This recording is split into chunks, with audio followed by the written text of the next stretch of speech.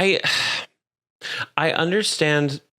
No, I don't. I forgot the point I was about to say, which was not actually an understanding kind thing. And I just kind of gave filler words that were going to be, I understand. I'm glad that my filler default is positive, but that's not what I was going for. That's not what I was going for. You've media trained yourself. Good job. I am. I media trained myself.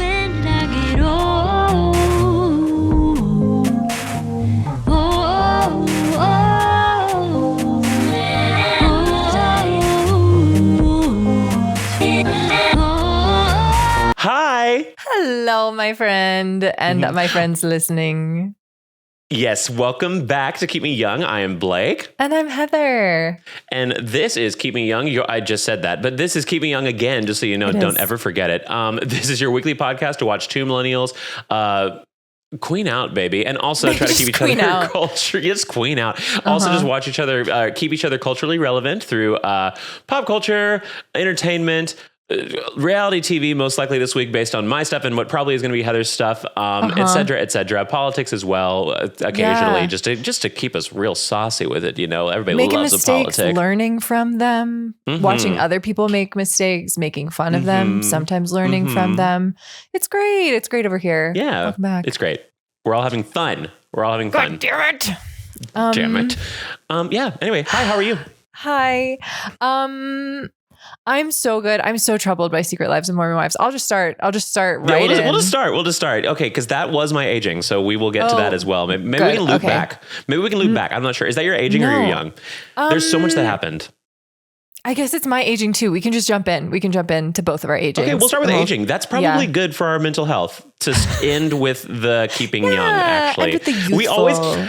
I said this before. I love like going through it and being like, okay, cool. We did keeping young for the first 20 minutes. Okay, so the next 45 minutes, it was what aged us. I'm like, that's probably bad, actually. Never forget that I made a hate book with my friend Jessie in high school. I'm just, it's good to catalog. It's good to catalog things and then you can move on from them. To catalog, exactly. And so, maybe it is best if we start with the age, because it is what's going to keep us. It is going to be long this time. It's going to be big. I'm so sorry. I apologize to anybody who's not watched Mormon Wives, but I feel like if you haven't watched Mormon Wives, you still know about this. If you're my friend and not watching Mormon Wives, I have already bullied you. That's the thing. I need my friends to watch it so that I can talk about it. And you did. You got me into it. You caught up. Good.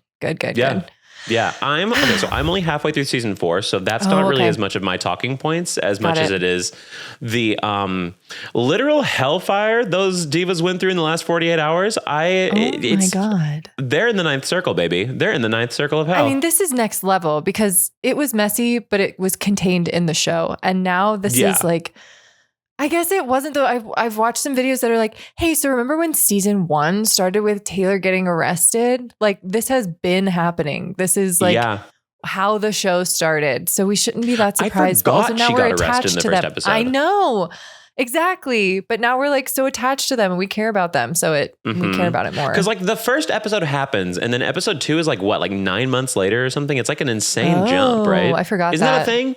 Wasn't that true? I don't know. I believe I'm just remembering that right now. Maybe I remember that falsely. I feel like that's the case. Okay. There's like a big time skip and then they're back again. They're like, hey, sorry, we tried to film this and then she got arrested. Wait, okay. So Secret Lives of Mormon Wives exists. Taylor Frankie Paul, frankly, should have been the second choice bachelorette. Miranda should have been the first choice bachelorette. She's beautiful. She's so cool girl. She's so chill.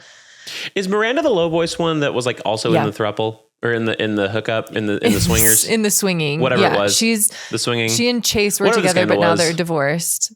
None of them feel like scandals to me, so I'm just like, whatever it was. Whatever's like the queerish thing that they did.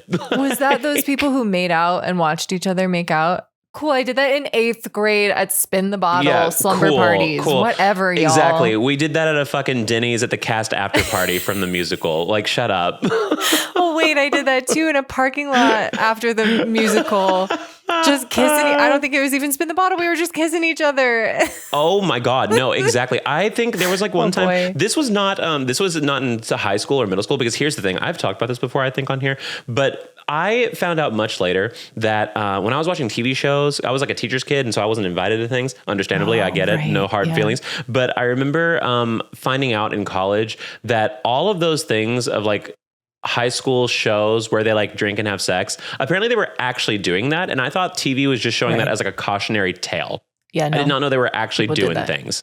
Crazy really to did me. that. I know. Yeah. But I made up for it in college. Heather was there. We had a whole thing during our opera summer camp where we dared 3 guys to kiss me in a chain for like a what are the odds thing, or like a dare or something, like 3 straight guys to like make out with me back to back, 5 seconds each. Show? No, this was just like a random Tuesday. I think it was like one of the parties. Like we had a big rehearsal day, and they were like, "Hey, you guys should all make out with Blake." And they're like, "Okay, what are the odds?" And it was like 1 in 5. And then they each got the same number. And then they're like, "Okay." And then they all made out with me for 5 seconds, and they all had the softest mustaches. Y'all, everybody's gay. Sorry, everybody's gay. Everyone gay. It was beautiful. It was a beautiful moment. If you were on a commune, which is what that opera camp was, if you were on a commune with no internet, no smartphones, because there's no internet, nobody's taking photos of you, you're with your friends, you live with your friends for 8 weeks, you're not going to be kissing everybody? Shut up. You had people hooking up at that camp that like never would have in real life. Never would have. I saw engagements break in those camps over people that were so subpar. Right. It was like Big Bird and Rizzo the Rat. Just, you're like, well, I never would have thought of that. Okay. No, fine. Never would have. But you know what? Maybe Big Bird has a point. He's tall. Hey, let's celebrate that. Rizzo's got a great sense of humor. Yeah, it was really amazing. Exactly. Okay, it was wild. But speaking of gay, or speaking of wild, like gay and wild, the same word, am I right? But I remember there was like a moment during that party, maybe a different party, that I was dared to keep my hands tied behind my back for the rest of the party. And so we did that to me with a belt. And one of our friends helped me pee later. Oh, tame. It was very nice. That's tame. Tame, but the Mormon Wives would have made like a whole season out of that. Exactly. So I'm like, the swinging thing is like so minimal when you actually watch the rest of the show. I watched a friend of mine get peanut butter licked off of his shirtless body. Oh yeah, that was like the first week too. That was the first week of that camp. Crazy. Mm-hmm. That was like around 4th of July. That's insane. It was crazy. But it's not, it was absolutely crazy. That's it's my, it's like that's whatever. my Life's context. fun. Be fun. That's my barometer now. If I go to a house party and nobody's licking peanut butter off somebody else, I'm going home. Sorry. Yeah, it's too tame of a party. It's just too tame. Meanwhile, we had friends who would like just like leave the party at like 2 a.m. because they knew anything after this exact time of night is not going to end well, and I don't want to be witness to it. I don't want to bear witness, and I get it. And I get it. They were smart. They made the right call. Right. But How so we're that's talking that's about these parties is very Secret Lives of Mormon Wives. Like us regressing to teenagers at opera camp is how they live all the time, I think. Apparently, but then like they act like these things are like super major scandals. But meanwhile, like I can't believe, okay, so prefacing for people that are under a rock, I suppose, the main character, this is a real person, but the main leader of like the Mormon Wives crew, also known as MOMTOK, the leader, Taylor Frankie Paul, recently was about to be the Bachelorette, and the Bachelorette was supposed to air today. And it got canceled. I mean, she was the Bachelorette because they filmed it already. She was the Bachelorette, and they filmed it already. And it was about to air today. And it got canceled because Taylor Frankie Paul had a video surface of her literally throwing metal stools at her then partner / still kind of partner, Dakota, who's in the show also. But then one of the stools accidentally hits her kid as well. And so it's bad. It's bad. She was really drunk. Right. She was yelling like, "You did this to me." I'm like, well, you're kind of doing it though. Like, I don't think you can claim that you did this to me when you're throwing metal stools, in my personal opinion. 3, count them. 1, 2, 3 metal stools were thrown. She said, and I'll do it again. She said, and I'd do it again. It is tough. It's hard because like, obviously people are making like kind of funny jokes about it, but it's also like literally domestic violence. It's like, I feel like we can't talk about it lightly as well. It's like not great. Yeah. And like so the thing, she blames it on to Dakota, but like, and I don't know. He's hooking up with all of her friends. He's like going on dates with her friends. But after she's told him to fuck off, like that's kind of my thing. I'm like, she tells him to like screw off. Like, I don't like you anymore. Go away. Get out of my life. And then he goes and sleeps with other people. And she's like, why did you sleep with other people? Tell me everything about it. Is she pregnant? Did you like insane. it? She's insane. And she's also, I'm sorry. She's so quick to call somebody a hoe the second that Dakota sleeps with them too. Like they're a dumb, slutty bitch. Funny. Like I saw that in the newest episode. She's like, oh, was that hoe there? Blah, blah, blah, that you slept with. I'm like, you don't know her. You don't know her. And he slept with her one time. Like, right. Nothing about her. I've had to bite my tongue for so long because when I watch the show with other people, they're always like, oh, but like Dakota treats Taylor so bad. Taylor's a fucking monster. From the get-go, I saw this. And people were out there defending her like crazy. And I didn't want to seem terrible and seem like a victim blamer if I didn't have all the information. But she fucking sucks. Now we do. Now we have the information. She's goddamn awful. It's bad because Dakota is stupid. You know, he's stupid. He's stupid. I don't know how stupid he is. He knows what he's doing. He knows that he's making stupid decisions and he still makes them. I think that Taylor doesn't know how bad she is, though. I don't think him being a slut is as bad as her throwing metal stools. Like, fine. But I think the dangerous thing is like, she thinks that what he does is worse than what she does. Like she just sees red, and I don't think she knows. Have you gotten to the episode where it's like the Hulu extended universe, or no, that's Netflix crossover ep. I think his name is Harry from Perfect Match, and like no, a Netflix dating. I saw him on Perfect Match, but he was from a different. Maybe Love is Blind. I don't know. He's from a Netflix dating world. He comes over to the house, like Macy invites him over to distract Taylor, to be like, hey, here's a single young guy, just flirt with him. But then like the whole time Taylor is like yelling at Dakota, does not even care that Harry's there. It's so cringe. But then Harry made a lot of like funny social media content about it. He came out on top. But like it's true. It is domestic violence. And it was wild to like watch it through the eyes of someone who's not been friends with her, who's not from Utah, who's like, doesn't know the show at all, didn't know the other people. And he was like, that was terrifying. What do you mean? He invited me over to the house and you and your baby daddy were just scream fighting at each other the entire time. It's like, oh, right. Yeah, we've gotten used to it in 4 seasons, but that is bad. Yeah. And so that's wild that like all this stuff happened around the time of the first episode of the series. But then the scandal is the swinging. The scandal to them, she's like, the bigger thing that I got caught with is the swinging. You threw stuff and hit your kid by accident. And the problem is that you made out with another couple a little bit, maybe had sex. I don't care. Why do you care about that more? I mean, they're Mormon. I get why they care more. But right, because you know what? The first one is probably way more common. Yeah. The first one is way more common than like people being sexually liberated. Yeah, 100%. Like domestic violence is like, oh, well, yeah, my parents, my grandparents, especially in a high control religion, that's way more common than like, everybody throws a chair. I was fucking around and like, I was fucking around and finding out about my like sexual preferences. Like, actually, that's going to get you to hell. Insane. You can hit. Oh, you can hit, but you better not be kissing other girls. That's bad. Crazy. I don't know. Every time, like, I just saw it from the get-go of just seeing her like string him along and then act like she owns him, but then never commit to it. And then like stay with him, but then be upset that he like dated a girl like on 2 dates, like 3 years ago. Like shut the fuck up. I'm sorry. I don't care. I do not care. You should not care. I forget too that like she is your age. She's not 24. She's not there are super young ones on the show. Right? Oh, that's even worse. I don't like her. I'm sorry. I hate her. Okay, I've talked to Heather about this off the podcast. Whitney. Let me tell you, night and day. First season, I was a lemming and I followed the crew and I followed everybody and I fell for the editing. Sure. And I was like, I hate Whitney. She's evil.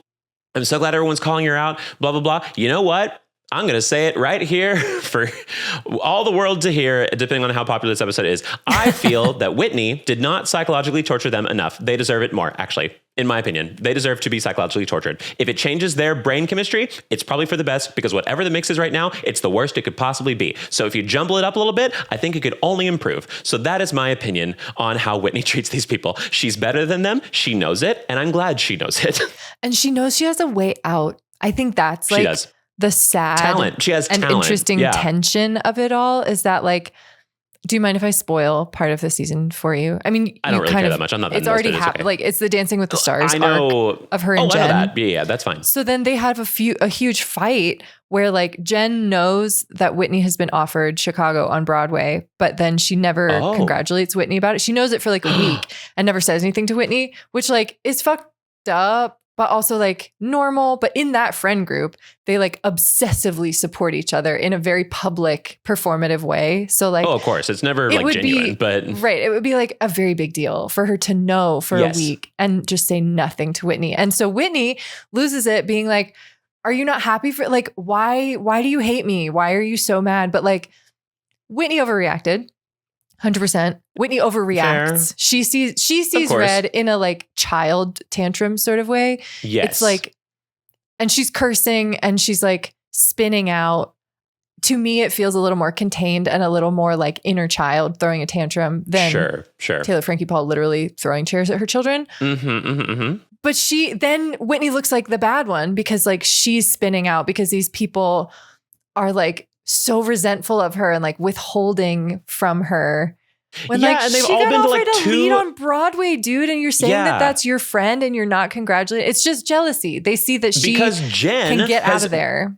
Because Jen got depression for 3 months and she went to a couple therapy sessions. So now she thinks she's better than everybody else too, and is using therapy talk completely wrong to try to justify all of her petty actions that she does too. Jen also fucking sucks. I'm sorry. I hate her too. I like that she whipped her husband into shape. I'm glad that she whipped Zach into being a stay-at-home husband. But apparently, but who knows? It doesn't.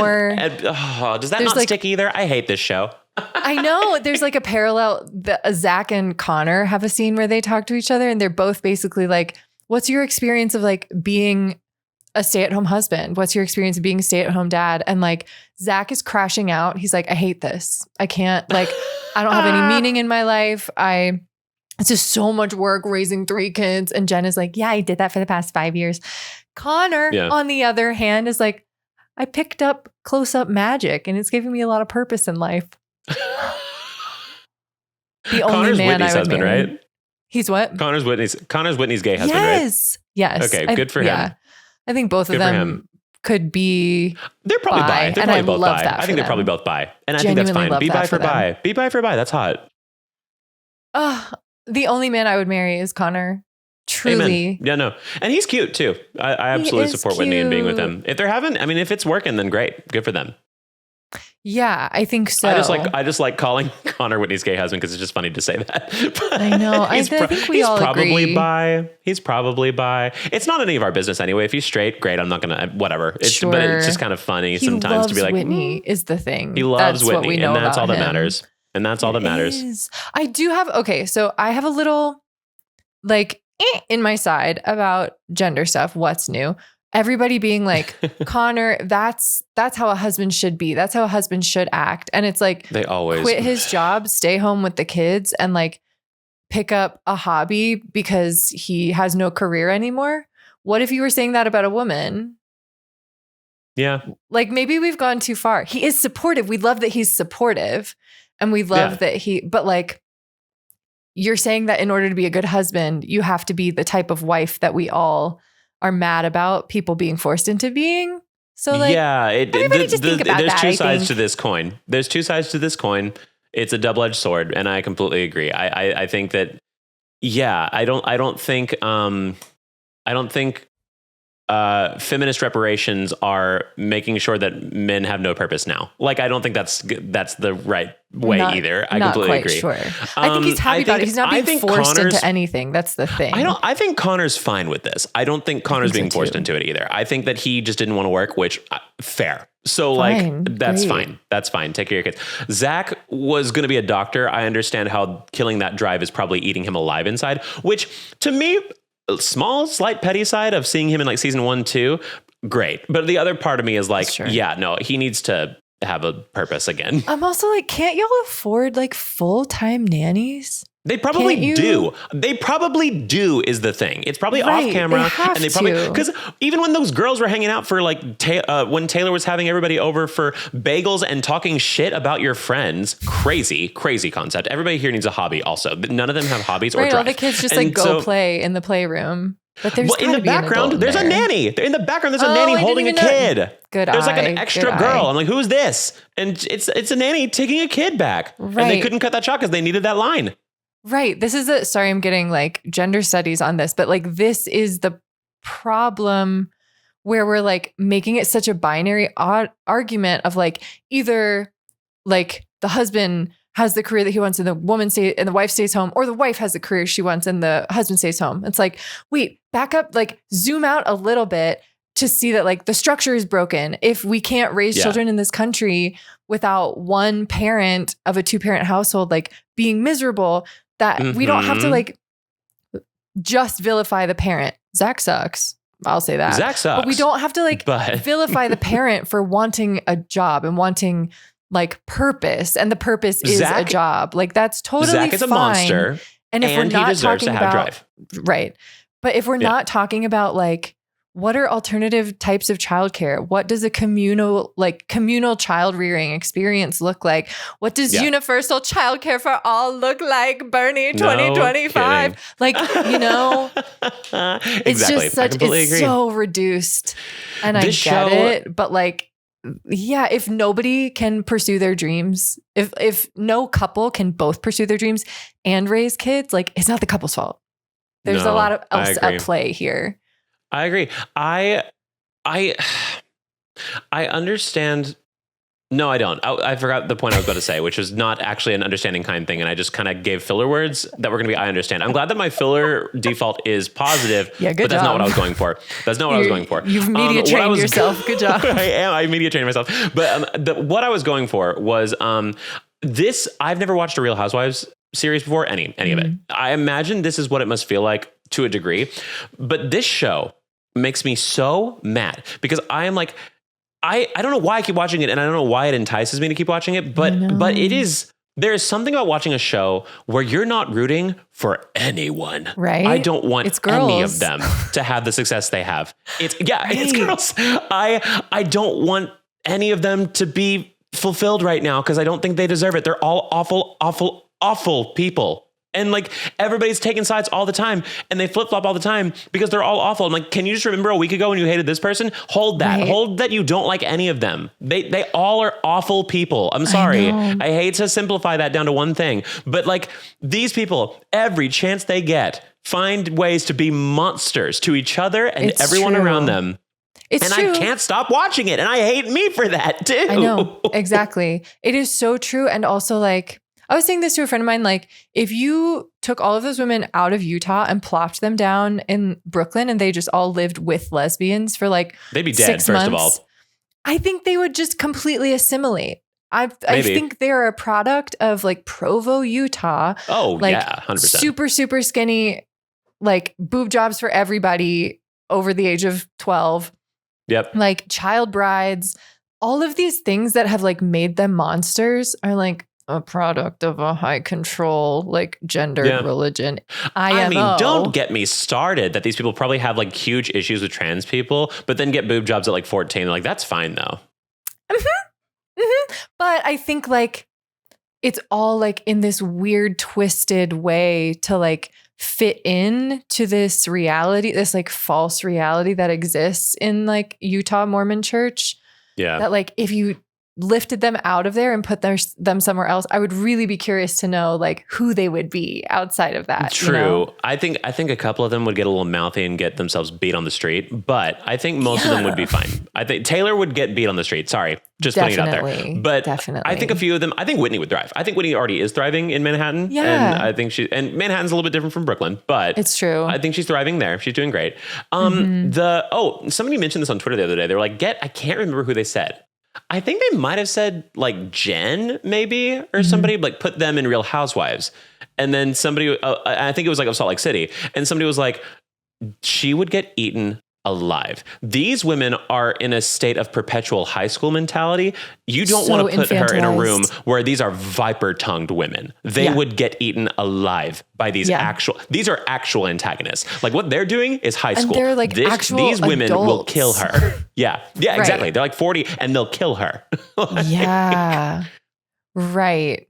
I wonder if this crew, just because they're like maybe a decade or two younger than the Real Housewives people, I wonder if that's where they end up. Like if that's how you start destined. out. I think they're destined for it. I could see them being in the show eventually, but it's they're also that, or they're destined for traders, or there's also like leaks going on. There's also like quote unquote leaks of like photos and stuff now of Taylor on set of The Bachelor and stuff like that. Bachelorette. And people are like, yeah, they're soft launching getting this to actually still air. Like they definitely are, which is also terrible. Also, all these girls knew about this scandal. All of these girls knew about Taylor, like throwing stools and stuff like that. And now they're all silent, or now they're all speaking out against domestic violence. You fucking knew. You fucking knew. That video's from 2021. Own it. Own it. You stayed around with a horrible person because you wanted to be on TV. Just own it. Whatever. Right.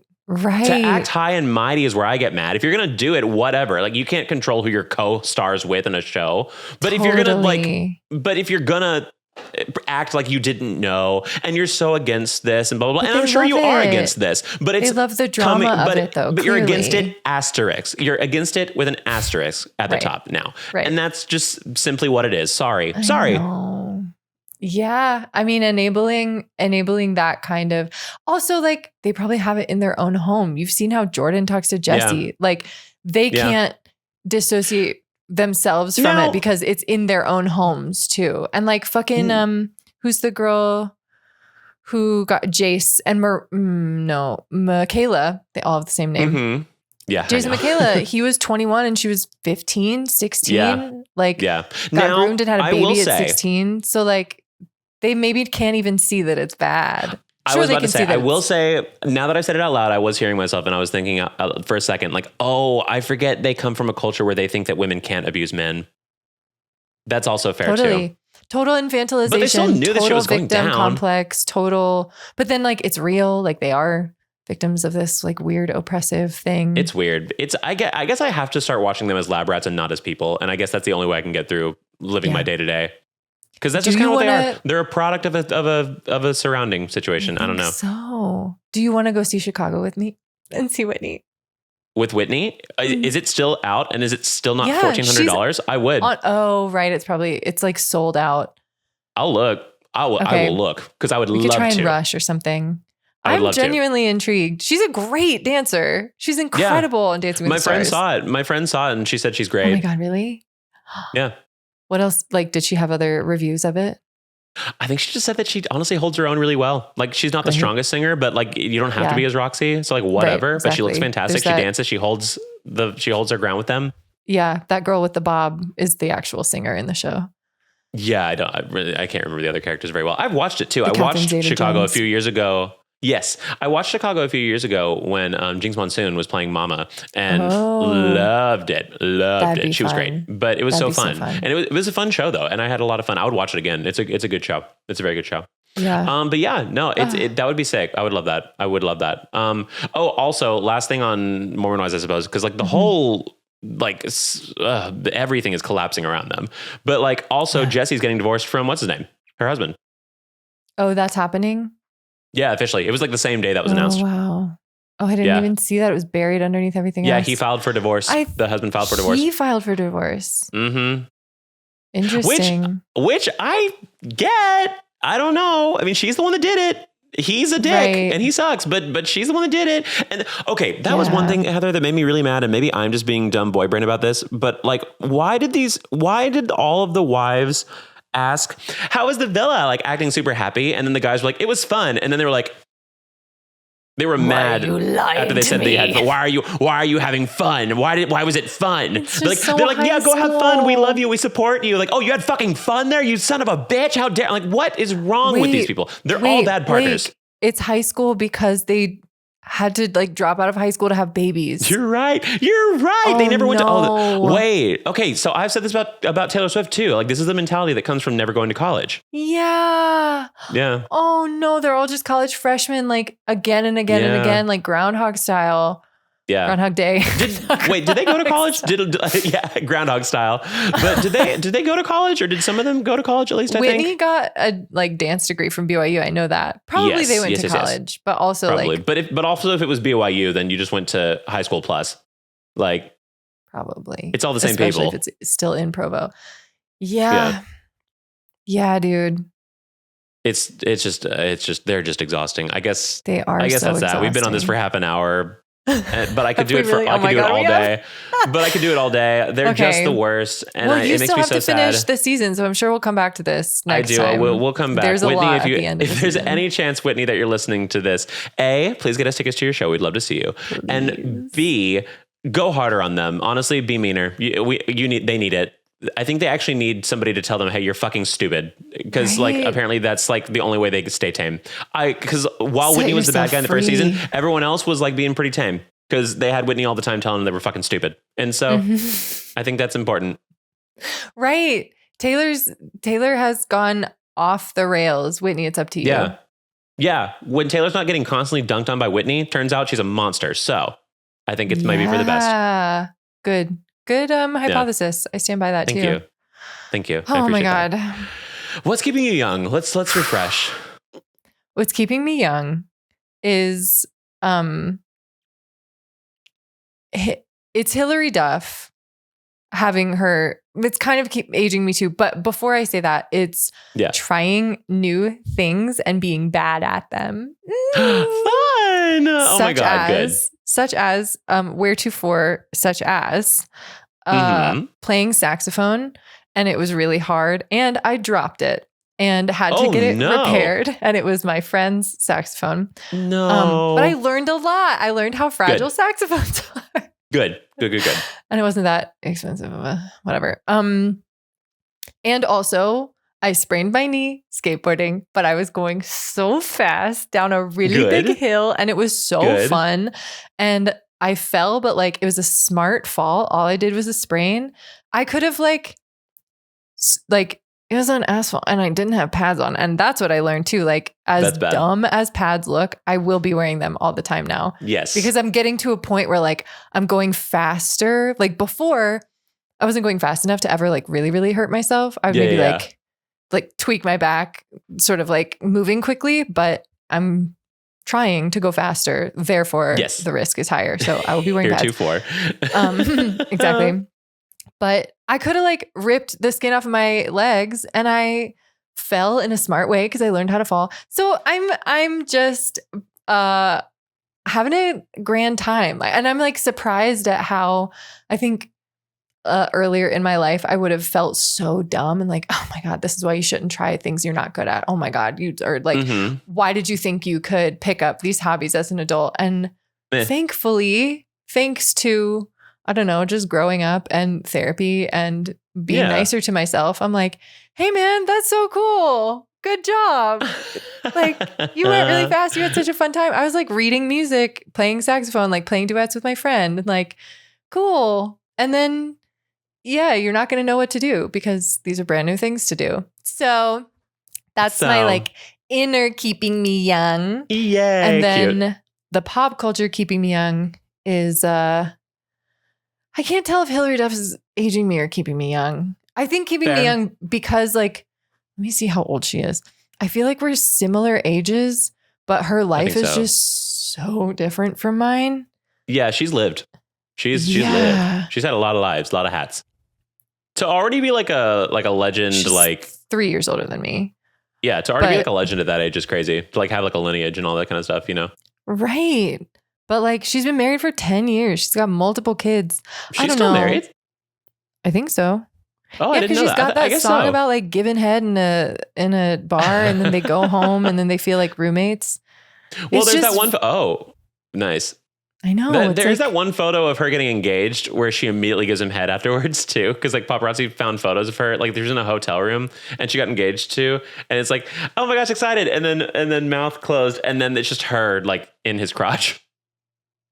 Which horrible that somebody took photos of that, but good for her. Horrible. So, and unfortunately we know that it happened and I'm very happy for her. Yeah, exactly. Good for her. Yeah. But no, she's doing great though. I mean, I think it's keeping me young because she is dipping her toes in the Carly Rae Jepsen songwriting. She is. Somebody on this podcast I was listening to was like, this is off-brand Carly Rae Jepsen. It is, like, which any version of Carly Rae Jepsen I'm going to consume. So I'm fine with it. You would. Yeah, totally. Yes. So that's fine. That kind of goes into something else I wasn't sure how to talk about, but it goes into it. Like I have been, traveling, and like, if I'm not camping or like in the wilderness, I'm usually like house sitting or pet sitting. So I've seen a lot of people's different homes. They're mostly like millennials. I'm in the most millennial coded home, like Harry Potter mugs. And if it's not a Harry Potter mug, it's a Starbucks from every city in the country mug. They have 2 houses where they just have a collection of Starbucks mugs. I'm like, y'all aren't boomers. Y'all are like probably in your early 30s. What's happening here? Do you think, like, someone, Hilary Duff would never think about me, but like, do you think that millennials who like did the straight and narrow, like get married, have kids, like do all the dun, dun, dun, dun, dun, dun, dun, by a certain age, do you think they look at our version of millennial? What do you think they think when they like see us out here being dumb and gay? I think they think that they lucked out. I think they think they're living better. I definitely think they're living better. Because, I mean, I don't know. There's like parts where like I got out of opera and then I look at people still in opera and I'm like, that's like not a judgment call. I'm just like, I couldn't do it. I couldn't go back in. Yeah. And so the idea of that, I think maybe is scary, if anything, more so. Maybe it's not even like a condescension. I think maybe it's more so just like I just don't think I have it in me to do what they do. Maybe, I've definitely like heard people say that of just being freelance, just living in New York. People are like, I don't know if I could do that. Like, everybody always says that when you say you live in New York. And I'm just like, well, I didn't ask you to move there, first of all. But then second of all, it's not that different. And I'm just sitting in an apartment most of the time. Right. Yeah. There's something that I wonder if they think we're wild in the way that I think it's wild that they have like 3 kids and we're the same age, or 4 kids and we're the same age. Right. I think that people hear that you live in New York and they just think that like when you move to New York, you have to all live the same life, which is a fresh out of undergrad musical theater student who is working at a diner and auditioning 6 times a day. And like, that's not how everybody lives in New York. It's just not. Right. Yeah, I don't want to live like this. No offense to these people on the mantle, but I'm not interested. I'd take a house. I'd take a house, but I don't even know. Like, I would take multiple houses, but the difference between, so I was in like very, very suburbia for the first half of this trip. And now I'm in like an apartment complex, but the apartment complex has a tennis court. They have like bike trails. There are multiple skate parks. It's like all of this sort of like intentional community building where like everybody has the same area to hang out. It has been so much nicer. Oh, a pool, a gym, but like big pool, big gym that you have to like walk outside to get to. It's like not just an apartment building. And in suburbia, I was walking this dog. Never, like, no one ever said hello to each other. There was no like communal meeting place where you would run into other people. So like, I don't know. I do think people lie about that being a thing in rural. Like, it's not as common as people think it is. Like, I don't catch myself like talking and having random conversations with people all the time. And like when I'm visiting home in East Texas, like it doesn't happen all the time. Like people act like they do. Like people still kind of keep to themselves everywhere. Like they're still humans. Think so. I think there's like an illusion of that. Also, I think that there is a generation above us that is just unbridled with like speaking their mind that we don't have. And it doesn't calculate in our brains to give our opinion on things all the time. Yeah, that's to true. People, especially strangers. And like the generation above us just does that. And I think that to a degree, it gives them an ability to like socialize better with strangers, which is enviable. I will say enviable. I think it'd be cool to be able to do that more. But at the same time, you have to risk constantly giving your opinion and constantly potentially pissing people off. And that's scary to me. Interesting. I'm making friends with everybody everywhere I go, but I don't get it back in like suburbia where everybody has a house and a yard. I feel like I do get it back where like outdoor space is shared. I think it's the difference between shared outdoor space. Maybe. Because if you don't have to share your home necessarily with other people. You can live alone, but like then when you go outside, if you know that other people are going to be around somewhere, I don't know. Working theory. We're figuring it out. It's tricky. I wish I was better at it with strangers. I'm like really vocal when I know people. I'm pretty shy when I'm like first like That's around so funny. I new didn't people. know that about you. If it's a whole room of people I don't know, then it's hard. It's been really, I have. If I have one, I'm good. A lot I need a link. But otherwise, I can't do it by myself. I cannot. I don't have that kind of confidence. I remember one time at summer camp being like, "You can do it, Heather. You can do it, Heather." And I went up to this group of people and I was like, "What are you guys doing?" like in little kid movies.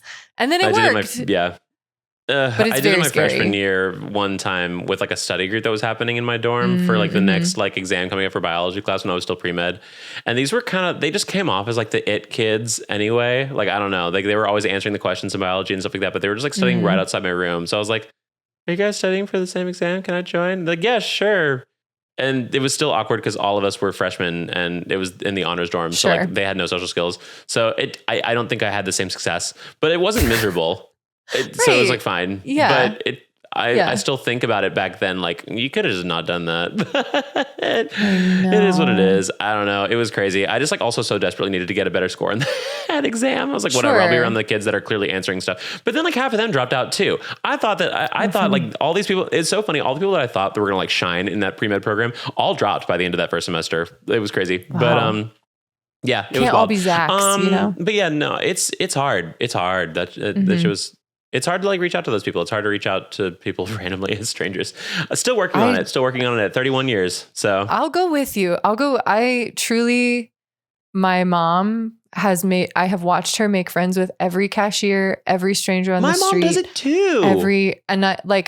I definitely seeped into my bones. So we can go around New York and I'll just chit chat with everybody and be like, "And here's Blake, my friend." Right. I've seen my mom. Like, my mom has never had a bad interaction in New York City, which is crazy. Like, she's never had a negative interaction in New York City. Yep. And she's always like, "I could never leave her." I'm like, "You actually would probably be the mayor here by the end of the month. Like, 100%.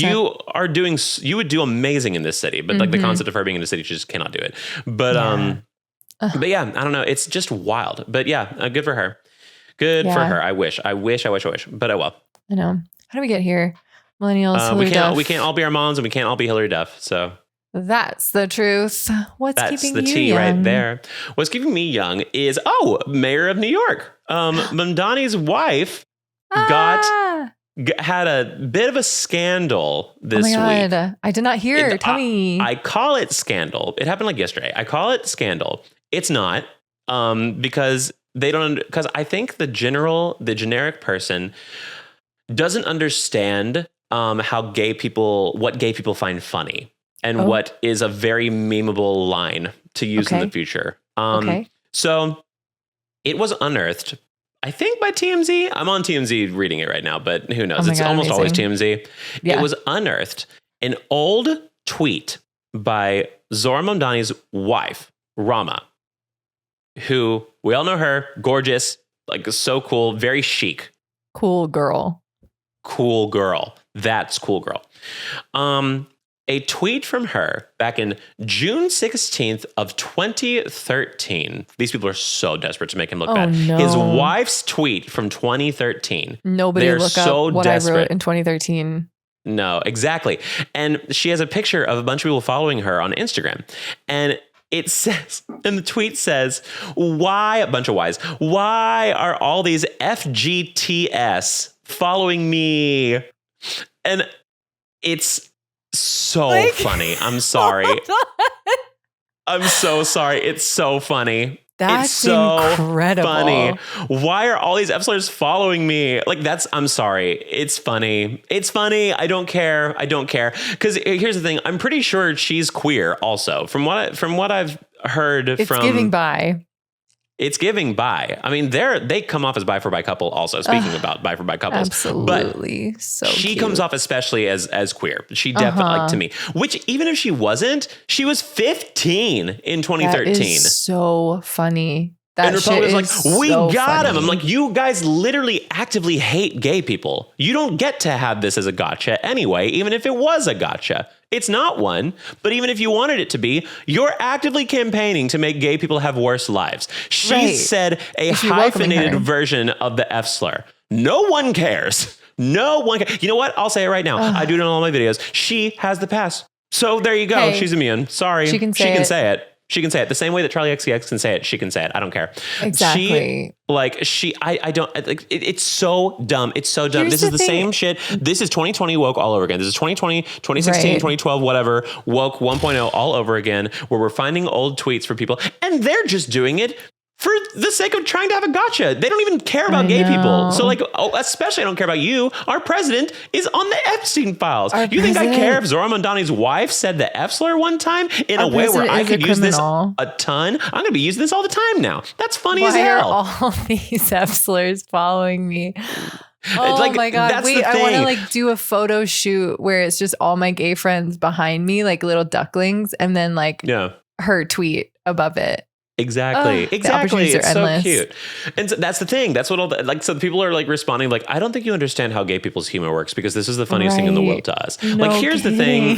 They don't understand that gay people have a certain talent of being able to discern whether somebody's using the word as an I hate gay people or even as this is just a funny add-on. Yeah, you can tell even in written form. Even from 2013, I can tell. Sorry, we can tell. This was not in an I hate gay people way, and you can just tell. We have the power of discernment. We know. Exactly. Sorry. Also, okay, not for nothing. We've talked about this here before. Before you come out of the closet, you tend to be kind of homophobic. You know, that could have been her journey. 100%. Middle school, back when I was in middle school in 2006, 2007, I was doing the most rude, obnoxious gay impression to make fun of gay people. And I was like, why am I so good at this? And then a year later, I found out in Abercrombie and Fitch in 8th grade. I was like, well, that's why I'm going to go jump off a cliff now. But it was, it always happens. It's always darkest before the gay. So that's kind of what happens. It is. Maybe that was just also, for her. Why are all these f-slurs she was 15. I don't care if a 15-year-old now calls me the f-slur. Who cares? They're 15. When I was 15, I was posting rap lyrics to my Facebook. No bad words. No. Incriminating anything like that. But that's the kind of shit that 15-year-olds do on the internet when they have access to the internet. Just dumb. I wrote, I'm still a sucker for cornrows. You know, I never changed that. That was a Facebook status once. Hello? It happens. It happens. I'm sorry. It's good for her. God.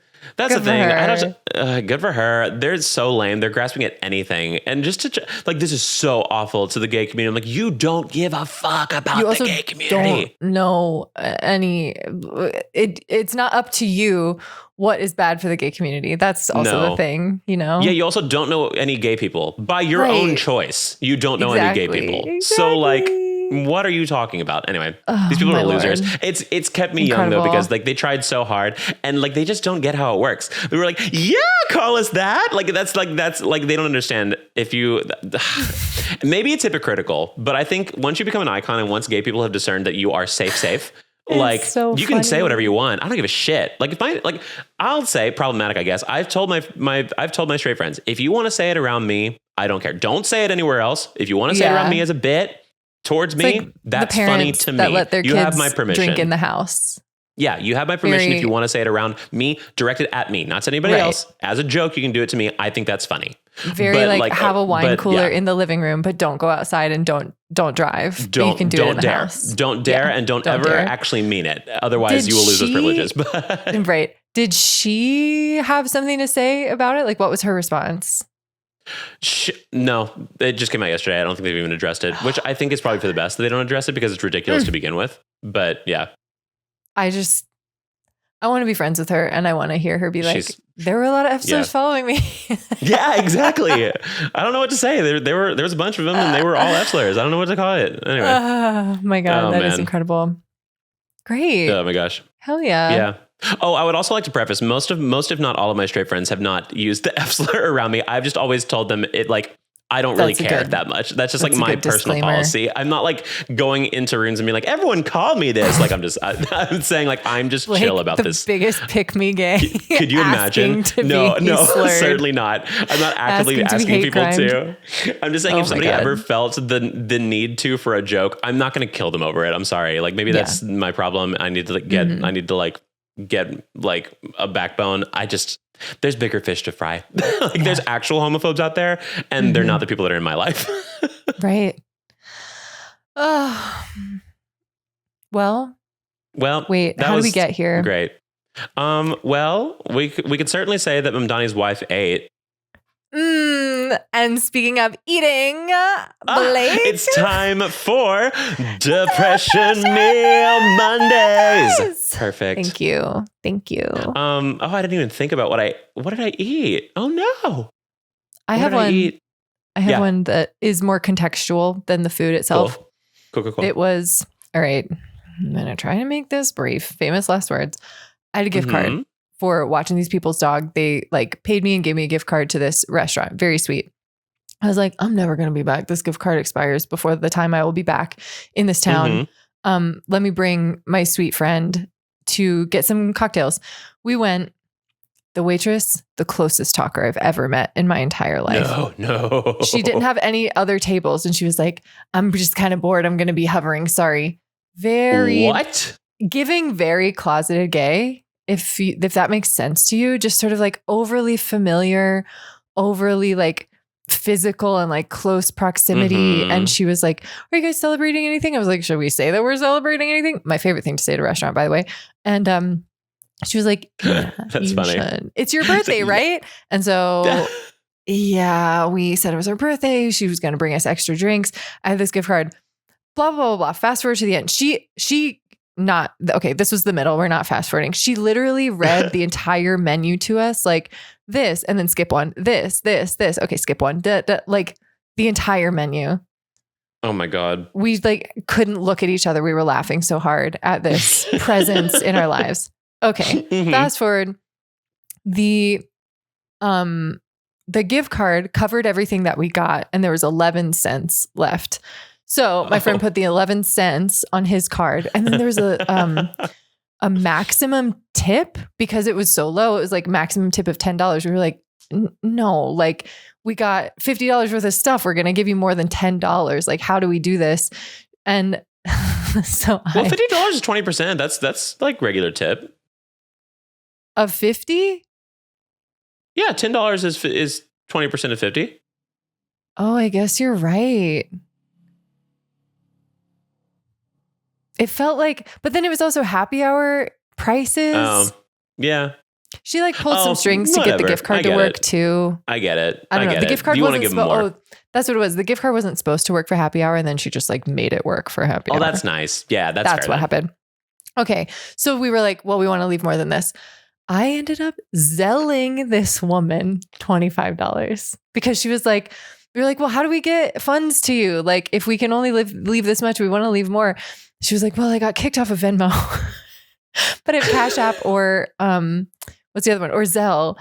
And we were like, nobody like, how do you get kicked off of Venmo? I don't know. Plenty of people use Cash App. I've never used Cash App. And then like my friend Zelle wasn't working. So she literally wrote down her phone number, gave it to us on a piece of paper, and I zelled this woman $25. So that was maybe just more depressing to be in the service industry and like the stakes of people paying for food. I was depressed on her behalf and just how fucking desperado she was for like our time and attention.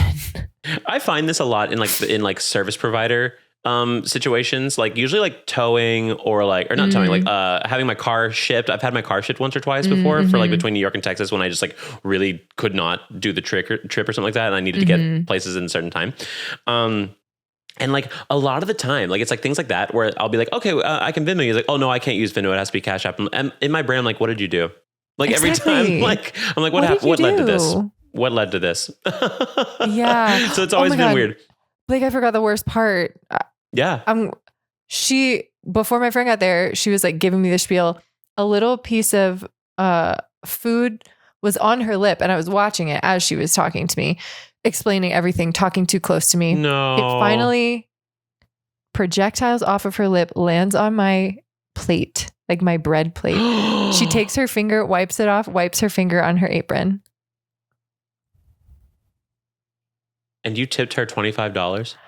That's the depressing part too. Just all of it. Like I'm not really, I love to cook. I love good cocktails, but I don't really get down with the like going out for dinner, like the restaurant experience. It's, I don't know, sometimes every now and then, but it just gets all wrapped up in this kind of stuff where I'm like, there's a special way that we have to act, and there's a special way that we have to, and there's like special math that we have to do, and blah, blah, blah, and oh my gosh, it's a huge favor, and blah, blah, blah. I'm like, I don't care. I'll just make food at home. Like, I'm a good cook. I like to cook at home. People get stressed in restaurants too. Like I had a family friend. Who was like being really rushed about trying to leave so we wouldn't inconvenience the staff. And maybe I'm like too bourgeoisie about this or something, but I'm like, I don't think they actually give that much of a fuck. I think we can just sit here for 2 hours. It's like the point of a restaurant. Right. Maybe I'm They'll awful. Tell you. Maybe I'm awful. I mean, they'll tell you. They'll make it known. I've been told like we have other tables waiting. Like, all right, I'll get out of here. Yeah, that's fine. There's so much like weird. Fine. It's like the high and the low. Just the fact that they're called servers is weird to me. It's a lot. Like, it's a lot. And it's not like I see them as lesser or anything like that, but I'm like also like, we're just sitting at a table and there's like 3 billion tables around us. You don't need to feel stressed about sitting at a restaurant I don't think, maybe I'm entitled, maybe I don't have a right understanding of how restaurants work. When I went to a restaurant growing up, it was always me and family, and we were catching up, and it was like for an hour and a half to 2 hours. It was not like a quick 45-minute sit down to eat some chicken tenders and leave. I think that's not like a Southern thing too. Like dinner you can takes just a long go home time. and do that. You can do that at home. You can eat chicken tenders at home. If you're just if you're just going to eat, a restaurant's supposed to be an experience in my brain. It's supposed to be a social experience. That's why people go to it. Like it doesn't make sense to me. Because they like, well, this was like an article that came out during COVID times, and it was kind of like how many backflips the restaurant industry did to like stay open, to keep people, and like people were acting buck wild at these restaurants, just being like so entitled, not caring for the safety of the staff. And it was like, as it turns out, like people go to restaurants to be pampered, and like this is becoming so grossly apparent, the way that these people are treating these people when there's a fucking global pandemic. That's the thing. No, like I'm like extremely respectful, but at the same time, in my brain, a restaurant is not, I prefer to be left the fuck alone. Actually, I just want my food, and I want to talk to my people in a third space that we don't have anymore. And then I want to go home afterwards. Like that's fine. I never really know. I probably err on the side of like too definitely with this girl last night. I had no choice. But like err on the side of like too chatty, or like, we're friends. It's okay. It's okay. Like I'm not one of those customers that's going to like be, but then I end up being like, I'm trying to get in their head about like, what's the easiest thing to ask for? Or like, oh, I don't want to be too much of a blah, blah, blah, blah, blah. But then at the same time, I'm like, no, make it, what do you make it work? I don't know. Like it's confusing. It's too confusing to me. That's how I feel. I love a nuance buffet. To it. There's a give me a buffet. Take. Yeah. That's my culture. Oh my God, yes. It's just a meat and two buffet. sides buffet. Yep. The Ham House in Greenville, South Carolina, Golden Corral, Ryan's, all these places I grew up going to. I love Ryan's. Oh my God, yes. Luby's. We had Ryan's, we had Luby's. That was the two. Oh, the Ryan's is gone where I grew up. I took a defensive driving class in Ryan's one time because I got a ticket, and we got to eat from the buffet for lunch for free. We went to Ryan's like it was a steakhouse. Yeah. Like that was the fanciest thing we could possibly do is go to Ryan's. Absolutely. And also maybe it's always been buffets. And then it's like Sunday brunch buffet with my grandparents growing up. Yeah. I don't get it. Makes me feel weird. So that's my depression meal for lots of reasons. I get it. Of course. What about you? Mine was also situational because it was not really the food, it was more so the lack thereof. I told you about this, I think I told you about this last week. So I guess it's technically not this week, but whatever. I don't think I mentioned on the podcast. I went to a thing called Wine Choir, where you just go to somebody's, like this person like hosts this like thing at this event at his apartment every now and then, where and my friend is like seeing him, and so and they didn't know anybody else, and so they were like, do you want to like go with me so I can just like hang out and not be weird there with this guy that I'm like hooking up with? I'm like, yeah, that's fine, I'll go do that. And so I have been to one of these wine choirs. I was thrilled to know that Blake and I had shared that experience when you were telling me about it. So I went to it and it was fine. It was fine. The people were lovely. Like we sang some like nice little choral hymns and stuff like that. Not usually my cup of tea, but I had a good time. It was fine. They made it fun. It's a cute idea to just like get together and sing together. I think I've learned I'm just not really a recreational choir singer anymore. I have to have a check, but that's okay. Yeah. But that's okay. Yeah. That's all right. Good to learn. But the thing was with it, they had like a whole array of snacks and they were great. Like there was like some of the best pretzels I've ever had in my life there. Like they were so salty, they were so good, but I couldn't eat them because we were singing the whole damn time. They never take a break to sing. They never take a break from singing. It is song. There was a song where the basses, and I'm like a bass and choir, and the basses were like doing a humming part. So I was like, okay, I guess I can eat here. So I'm like shoving bread in my mouth and like going while eating and just like doing a humming sound. That's all I could do. I had no time to eat. It's the best / worst of all worlds. Like the party and work and like, I guess it's just party and work, but like, it's not quite a party. It's not quite work. Yeah, it's not vibey. They're there to put good music on. And I'm like, I didn't think that was what we were going for here. Which I respect it. It's a cute idea. And also like he's a composer. He's gotten people to, you know, like kind of workshop the things that he's written, which is cool. But yeah, it's great what he's doing. Party, I guess. It's great what he's doing. I'm not, and I definitely like don't regret going. I just wish I could have eaten more. It's hilarious. Where's the comment box? Please take a break for snacks. But if it was work, you would have to take a break. Like that's the funny thing is because it's a party that you didn't break. They took if like it was one work, 10 you'd minute like break. Have to. They took like 1 10-minute break while I was there, and we showed up like halfway through. So maybe they had a whole a social moment before that. But they were locked in when I got there. So maybe it's my mistake, but I was just like, I just want to eat this really good pretzels that are here. Incredible. That was fun. Yeah. Great. But I had a good time still. They were lovely. Yeah. Yeah. It's a nice crew. And also choir people are choir people, you know? Yep. Amen. Amen. So while Heather's looking, I can say that you can submit your depression meals to us via our Instagram at keepmeyoungpod, at keepmeyoungpod on Instagram, or our email at keepmeyoungpod@gmail.com. Okay, yes, this one is very topical. Didn't even plan it. This is from Maddie B. Hi, Maddie. Hey, Maddie Divas. B. Hi, Diva. I'm gonna move my computer so you don't see the top of my head for this. Here we go. Hey, Divas. So my depression meal this week was half a bag of those pretzel crisps, regular, no flavor. I actually don't know what that. Oh, like the flat ones. I understand. I love the flat ones. That were half stale and a sleeve of Thin Mints. Okay. I was at a choir concert for my school for orchestra. I play viola, and we were featured on the Hallelujah chorus at the very end. So me and the few string players that didn't sing sat and ate them together while doing homework for 3 hours. It was delicious though, let me tell you. Productive queen. Boring choir concerts are universal, you know, at every age, that is so funny. I cannot imagine a high school doing all of part 1 of the Messiah. That's crazy. That's a lot. Crazy. Who's going to sing the solos for that in high school? I know. I need to know information. Can you send us a PDF of the program for this? What 17-year-old guy is singing "Thus saith the Lord"? What? Crazy. But who may abide? Excuse me. But crazy. Yeah, is the Hallelujah chorus even in part 1? Do I know? It's like the very end. It's at the end, isn't it? Yeah, I think. But I just kind of pulled that out of my butt. It must have been. I guess if it was 3 hours, that's the whole fucking Messiah. Yeah. I'm so upset. That's upset by that.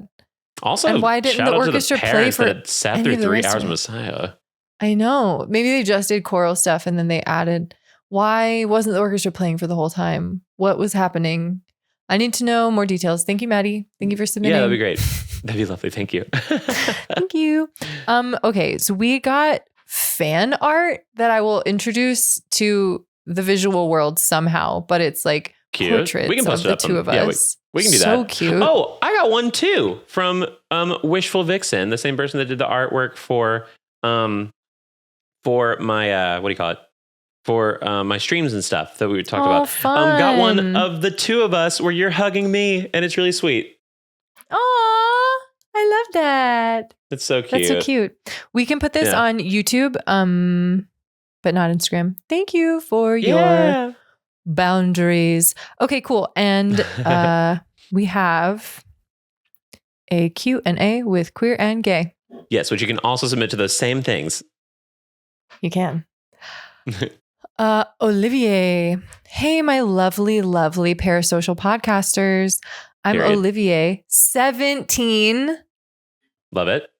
Years old from the Netherlands. So I have a question that I've been sitting on for a while, and I honestly just have to share with someone because I kind of don't feel like being depressed over it anymore. I live in a very conservative part of the Netherlands. I don't know anything about the Netherlands. I didn't even know that there was a conservative part. I didn't know they had conservative parts. Yep. There are basically no gay or queer people, especially guys. And there's this guy that I think is really cute. He's very nice, funny, and of course, very good. Of course, very good looking. Of course. I've had such a crush on him for like 3 years, and I kind of can't take it anymore. The problem is that I'm 99% sure that he's straight. So I feel like confessing to him would be kind of a dumb move. My question is, how do I stop having a crush? Is that possible? Should I even try to get rid of it? I know it's a crush and the world won't end, but the fact that I just know it won't happen, he would not want to go out, pains me to think about. Sometimes it feels like because I'm gay, everyone around me gets to have these fun teenage things and try stuff, and I don't. Maybe the crush is my way of still getting to experience a part of that. Well, I'll stop bothering you girls with my existential crisis. Thanks already for your help. I'm sorry. My heart is breaking. That's crazy. It's 2026 and we have queer babies in the world who are like, I want to have a crush too, but I can't. Yeah, fair enough. I also say, I feel like half of our advice is always, I have a crush, do I tell them or no? I was thinking that on stream a lot too. I get that on stream a lot too, but which is fair. I get it. When I remember when I was going through a breakup, my first big breakup, I was like on the no contact Reddit threads like all day. It was so bad. It was bad. It was so bad. But I no, don't tell them. I would say no, don't tell them. If you're 99% sure they're straight, absolutely do not tell them. Do not tell them.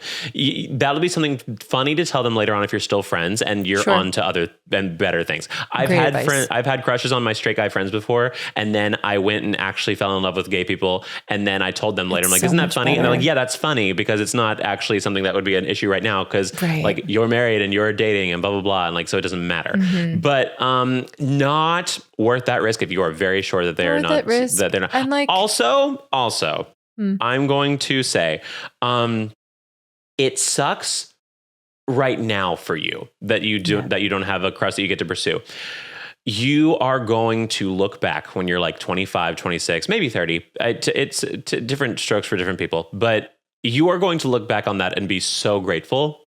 Because you don't want to make these mistakes when you're a teenager and the world is ending at every small inconvenience. You don't want to make these mistakes. Like I promise stay with you forever. Yeah. Yeah. You learn how to cope and handle things better. I will say there's parts of it that suck. My first heartbreak was at like 25, and I hate that it took that long for it to be that, because I had 16-year-old brain for a while because of that. But I just don't think you want to get too heavily involved in romance at that age. I just don't. And maybe it sounds really conservative, but like, I'm not opposed to people figuring themselves out sexually and figuring themselves out like relationship wise, emotionally, blah, blah, blah, as they grow up. But I do think there is something to be said about taking your time and not doing it because other people are doing it, but only doing it because it's right for you in the moment. And I think that this is something where I'm frankly glad that I was closeted and didn't have like the pressure of this kind of stuff, because I was so in college. I was closeted until senior year, and like that whole 4 years, like I wasn't going for anybody. I had like crushes on occasion, sure, but I wasn't going for anybody. And during that time, I was so heavily invested in my friendships that I had like really cool moments, because I treated my friendships like a relationship, basically. Like these were like that level of important to me. And I think I had some really, really cool college experiences because of it and things like that. Yeah. There are things in your age right now that are so pivotal and so important to grow and learn about that don't necessarily have to be romance. Like you can grow as a person in way different ways, and probably for the better. Yeah. Because you're not distracted by that. Like relationships, it sounds bad because I think that's not every relationship, but at this age that you're at, I think relationships tend to stunt us growth wise. I think we have I think people in relationships, especially at younger ages, tend to kind of stay where they're at a little bit easier. Like there's just not as much self-reflection. There's not as much growth. If it's like a long-term one. Yeah. I will say, I think, dating around, I would say, yeah. Right. I would think you can learn, but. Yeah. The people who were like in relationships from like 9th grade through college, I'm like, that's how you get the Mormon grow wives. the same way? I know. I had a very different experience because I dated a lot, but it was with boys. I did not like know a single lesbian. Of course, there are people who've come out since high school, but it just was not around me. I didn't see anybody. I had feelings, but I didn't have the vocabulary for it. You know what I mean? Yeah. Mm-hmm. And it was fun or whatever. It was fun. And I like some of my dear friends now are people that I dated, but it was more so in a like, I want to be close to this person way. And I don't have the language to be close to them. So I guess that means that we should date, like sexuality didn't make sense to me. And even though I dated a bunch in high school and college, it still wasn't until I was like in queer relationships that I was like, oh, this is what it needs to feel like. Yeah. So like you maybe aren't missing out on anything if there aren't people that you can pursue who are going to see you for who you really are and love you for who you really are. Like you're not missing out on anything then. Not missing a thing. I agree. I mean, if it's with the right person, like do it whenever it feels right. But if it's like if it's just like a person you have a crush on, that's like that's straight. I know it's been 3 years, but it is kind of one of those things where when you grow and you meet new people and you have new life experiences, you'll learn it doesn't matter. Like there's the world's about to get so much bigger after high school too. I had like a college friend that I had such a massive, massive crush on that I thought was just like soul aching and like it was like really hard for me and stuff like that. And then like a few months later, I actually had a real crush with a real gay man and we like kissed and stuff. Yeah. And then that heartbreak made that other thing feel like, oh, that's just a friend. Exactly. You really, you learn. You learn a lot and you're so young. Oh my God, you're so young. I can't imagine. I truly cannot imagine having like a queer heartbreak when I was 16. I would, oh boy. I couldn't have like done it. I couldn't.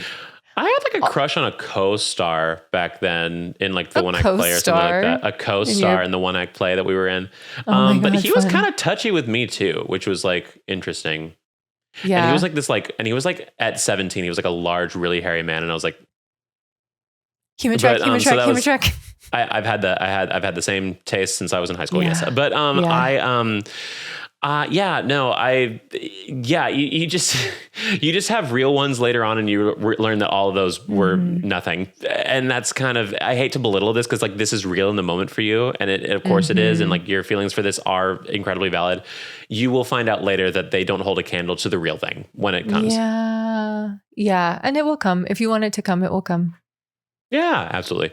Oh, absolutely. What a little sweetie. Thank you. Yeah. And best of luck though. Yeah, definitely. That's all we got. You got anything else? I don't think so.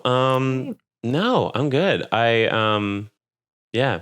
Oh, I was going to say one of the small things that kept me young. I built a gay bar in Pocopia and then I made a tweet about it and Mikey Meeks retweeted it and said, how do I get booked for this bar? I responded and I was like, Diva, if you walk into this bar, you're getting equity. So absolutely. Famous. But no, oh my God, that's so cute. I don't think she responded to that part. But yeah, I was like, that's like my favorite queen this season. That's so fun. But yeah, so that was a cool little keep me young. I love that. But yeah, I felt like I'm going on stream today and I'm building an Olive Garden. Shut up. When you're here, your family. We had a really fun time in the last stream. It was a good time. So I'm doing it again. Niche group of people who both love the Olive Garden and love the gay bar. And you know what? Those are your people. Way bigger than you'd think. Way bigger than you'd think. Have that's called all. That's called afters, baby. That's called afters. Oh my God. I felt like I had such street cred because I brought up Pocopia to the person I had these insane, weird happy hour cocktails with. And he knew what I was talking about. And I pretended to know about Pocopia. So thank you for keeping me young. You're so welcome. Yeah, I kept you young. Oh my God, we did it. We finally did it. We can end the show. Wow. Beautiful. Done. Bye. Yeah. Anyway, this was Keep Me Young though. I'm Blake. And I'm Heather. And you can like, comment, share, subscribe, notification bell, all that good stuff. Rate and subscribe on Spotify and Apple Podcasts. Absolutely. And you can draw all those good pictures things. of us. Interact. Yeah. You could also comment section. We will respond to your, we will read as well for your keeping you young and aging you and your depression meals and your Q&As, all that good stuff. So yeah, just hit us up. Just kick it. We read everything. We don't always respond, but we read everything. Exactly. Well, then I guess we got to leave him with a little nugget, and absolutely, that might be teenagers. Always be Mormon. These teenagers be Mormon. These teenagers be Mormon. Damn it! Oh, crazy. My God. It's fine. Thanks. Get yourself a dirty soda.